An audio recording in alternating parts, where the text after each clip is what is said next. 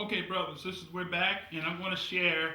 I'm going to try to be as brief as possible. I don't want to get into a long, drawn out lesson on this, but I want to deal a little bit with the origin of the word Esus. And in the debate, I shared a link which I received from the encyclopedia, I think it's called the Encyclopedia of the Religion. Okay, Encyclopedia of Religion, and under the heading of in the Encyclopedia of Religions, under the heading of Esus, E-S-U-S, and you can go to the library, excuse me, and you can find this information. And it says here, I actually have a page that I printed out, and you can go to the library and get it. And it says Esus, E-S-U-S. Now the only difference between Esus and Jesus is the J is missing, J-E-S-U-S, okay? The J is missing. You just got Esus, right? Now, is it a coincidence? Some people say it's a coincidence, but it's a darn close coincidence, right? Can we prove beyond a shadow of a doubt? We can prove. Look at it this way, okay? How you've heard the saying? It says, "If it walks like a duck, how does it go?" If it looks like a duck, walks like a duck, and quacks like a duck, it's a duck. You understand the point I'm trying to make. So, if it fits the description, then it is what it is, right?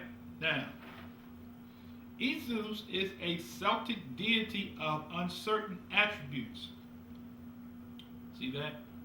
It says a Celtic deity of uncertain attributes was variously identified by the Romans with Mars and with Mercury. Now, I have a book here, and I have to share this with you. And this book here is called see that? The Book of Gods and Goddesses. All right? The Book of Gods and Goddesses. Now, I actually have the page highlighted because I wanted to save time. All right? Now, so the article says that he's identified by the Romans with Mars and Mercury. So who is Mars and Mercury? All right, I'm glad you asked the question. Let's go and let's see who Mars is, okay? Mars is defined as, it says Aries/Mars. Okay, that's who Mars is. Aries/Mars. All right.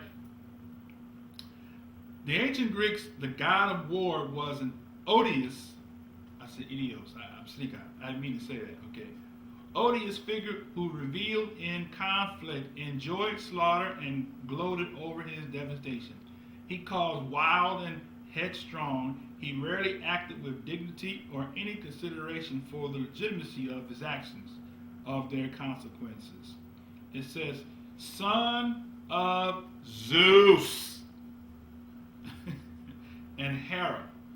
So Mars, or Aries, was the son of Zeus and Hera.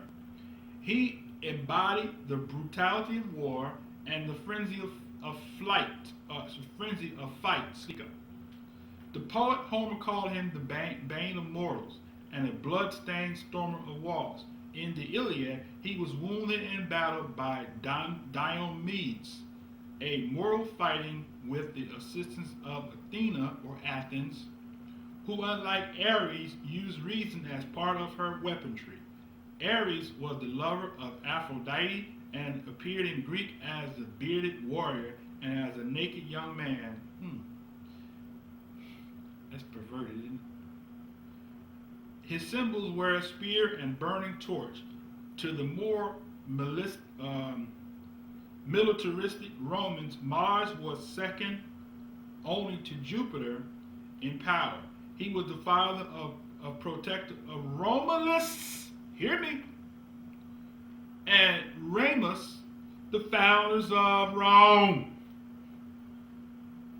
And the deity of strength, he guarded Rome borders. He was often shown in full armor and was a favorite of the soldiers of the empire. So now we have here, he says that Esus was related or was associated with Mars which was his son, the son of Zeus and Hera, and he says also with Mercury. Now let's go look at Mercury. Now, once again, I'm reading out of the book, the Book of Gods and Goddesses. Mercury, it says Hermes slash Mercury. All right, Hermes slash Mercury. Now, incidentally, how many of you ever heard of phraseology hermeneutical? Bible hermeneutics. Okay, maybe it's not spelled the exact way, but phonetically, hermeneutics. Is it a coincidence? I don't know. Am I saying it's the exact same thing? Well, if it walks like a duck, quacks like a duck, it's a duck, right? All right, now, as the messenger of the deities, Hermes acted as an ambassador and herald, communicating the wishes of I'm going to read this out. This is how it says here. The wishes of the gods to mortals, and often serving as an intermediary between the gods themselves. He has strong magical powers. It sounds kind of familiar. In church they say good luck, right? He had magical powers and preferred negotiation to violence. Interesting, huh? To ensure that his envoy acted with speed, his father Zeus gave Hermes a winged silver cap and silver winged sandals. Hermes also escorted the dead to the underworld and was seen as the god of communication, having invented the alphabet. He carried a powerful golden wand, or calycis, a gift from his half-brother Apollo. Now, you know, up in New York, we have the Apollo Theater, right? It had the power to, see, we got Greek, we even been indoctrinated with Greek mythology and Greek substitutions, brothers and sisters. It's so unreal. Did you know the shoes you got on your feet was a Greek deity called Nike? Well, maybe you don't wear Nikes, but maybe the kids have the Nikes. Those are all deities. Adidas, another deity. Mazda, that's a car, that's another deity. All these are deities that you can find. And we wear, we riding around and all of that, right? Okay. You answer the phone, you say hello, Helio, that's a deity, Greek deity. Helio. That's why I don't say hello, I say shalom. All right, now, it says, it had the power to unite those who were divided by conflict. Hermes tested the wand on warring snakes, which immediately clasped each other in the embrace and wrapped around the caduceus. Travelers, merchants, and thieves all worship him as the bringer of good fortune. There goes that luck again, right? He said, good luck. That's where it came from. It came from Hermes, the son of Zeus, right? Hermes fathered the musical god Pan and also invented the lyre. Okay? So there you have, he had a son named Pan. Okay? Now, you ever heard of Pandora's box? It's in this book too. All right? That's a whole nother lesson. All right? Now, so going back to the article in the Encyclopedia of Religion, okay? It says that, so he was associated with Hermes, with Mars, Mercury, and Mars and Mercury. As the theonym, Esus is unknown in Gallo-Roman writing except for a single inscription from the 1st century CE on the altar of the Nato of Paris, currently preserved at the Musée de Cluny. All right? Now, it says, but the name is indirectly attested in several godlike anthroponyms.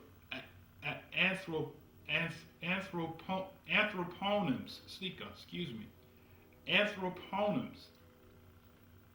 It says, he who is as powerful as Esus. That's what the name means. Okay, he is so powerful as Esus, or Esugenus, son of Esus, Esunerus, he who has the strength of Esus. Right? There are also several ethnic names that related etymology, such as Esuvi, Esubi, Esui, Esubiani, Visubiani. Sound like Italian, don't it? The name Hesus appears in the Pharsalia of Lucan, right? Now, in the Pharsalia of Lucan, at the center of Jupiterian triad, he speaks some stuff here that I can't read, and he says, and those who appease ferocious toothaches with horrible bloodlettering Hyderus. Esus is the savage sanctuary, and Tyrannus, whose altars are no less cruel than those of Scythian Diana.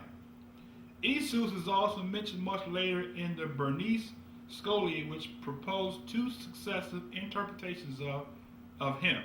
One reads Hesus, Marcus, Hesus. Now this time they spell it Hesus. Hesus, Mars. And then he says some things here I can't even read. But he says, Hesus Mars has appeased in manner. They hang a man from a tree until his members fall off from the loss of blood. So there you see the tree, the similarity of the tree. And now, of course, we know Yahshua was hanging on a tree. But so they're trying to use a similarity to make a connection. All right. It says the other reads. I'm not going to read. That's written in Latin. Okay. They think that Esus is Mercury, although he is honored by the merchants and was war leader, the great god of the heavens. They have Hermes, Jupiter, who was once appeased by human heads, but who is now content with herds. Now, so Esus is, they say Esus is Mercury, who is honored by the merchants as the war leader and great god of the heavens. So Zeus is also called the god of the heavens, or they call him the god of gods. So here they're showing the relationship between Esus and Zeus, or Jupiter. Okay, now, so he says, read that again. They think that Esus is Mercury, although he is honored by the merchants and as war leader and great god of the heavens. They have Tartarus Jupiter, who was once appeased by humans' heads, but who is now content with herds. The sculpture from the altar of the nature shows him felling and pruning a tree, and he has often been called woodcutter god. All right, sound like Wooten, huh? Which is the rather dubious interpretation. It is much more likely that the pruning, looping off of the tree is associated with the birds of Tarvus, Trigorinus, bull of the three cranes, depicted on the same monument. Esus also shows up on the monument in Treves, although here too one cannot be sure of a sound interpretation. The etymology of Esus for a long time been subjectively to doubt, and parallels from the Sanskrit or Latin, e.g. Herus, or Herus, Herus, master, have been sought. But it would appear that the etymology is simply a case of evolution of the stem vessels through the disappearance of the initial. As frequently happened in all the Celtic languages, in any case, the etymology is proved by the coexistence of the ethnic names Esubani and Vesubani. Vesu denotes better, excellence, and Esus is thus the Celtic semantic equivalent to the Latin optimus. Speak up. Let me read that again. Esus is thus the Celtic semantic equivalent to the Latin optimus, an epithet for Jupiter, and also resembles the Irish Dag Ha. Okay, now, so he says that Esus is the epithet, right, for Jupiter. So now you say, well, brother, you still haven't shown me the connection between Jesus and Zeus. the article that we just read, it just shows you that Esus was related, associated with Mars and Mercury.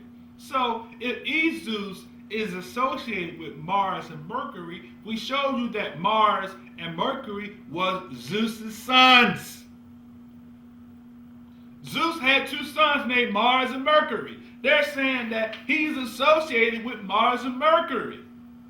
Okay? At the end, hook, line, and sinker, the very last paragraph, it says Esus is the Celtic semantic equivalent to the Latin optimist and epithet for Jupiter. All right, now, who is Jupiter? I'm glad you asked, right? So let's go back to our book here, and we're going to look up Jupiter, because we know that Jupiter is here. All right. Now,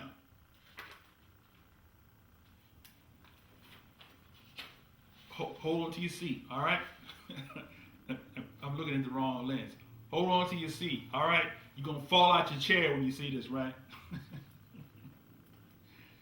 Zeus / Jupiter. Juice. I was trying to say Jesus and Zeus at the same time. Jesus. Hesus, Zeus / Jupiter, father of gods and men.